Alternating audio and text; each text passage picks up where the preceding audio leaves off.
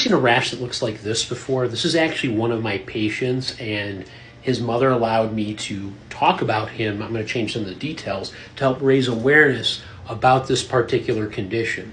So what essentially happened was this child had what looked like a Staph aureus skin infection, had the classic honey-colored crusts like an impetigo type infection, and was given an antibiotic called cephalexin, which is a cephalosporin. It's similar to a penicillin, but not exactly.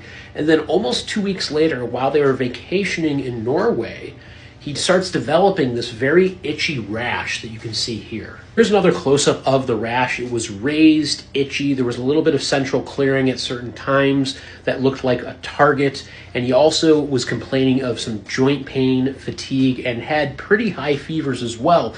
So he ended up getting hospitalized for about 5 days for this condition. So with that information, what do you think could be going on? I want you to pause the video, write in the comment section what you think it is, and then unpause the video to tell you what the answer is.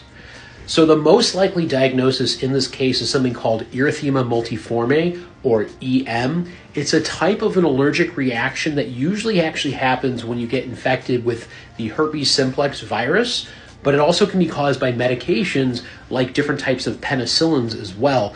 And it's considered a type 4 reaction, meaning it's mediated by T cells that's delayed by either days to maybe even a couple of weeks, like in this case, and it can lead to fever, joint pain, and this kind of characteristic rash that often is involving the extremities. Two other examples of T-cell mediated reactions in this category include Stevens-Johnson syndrome, or SJS, and toxic epidermal necrolysis, or TENS. Those are very severe, and this is severe as well, but not usually considered to be life-threatening. Supportive care is usually indicated, and systemic corticosteroids are often prescribed. This patient was hospitalized for 5 days and recovered completely, but now has to avoid penicillins plus first and second generation cephalosporin antibiotics.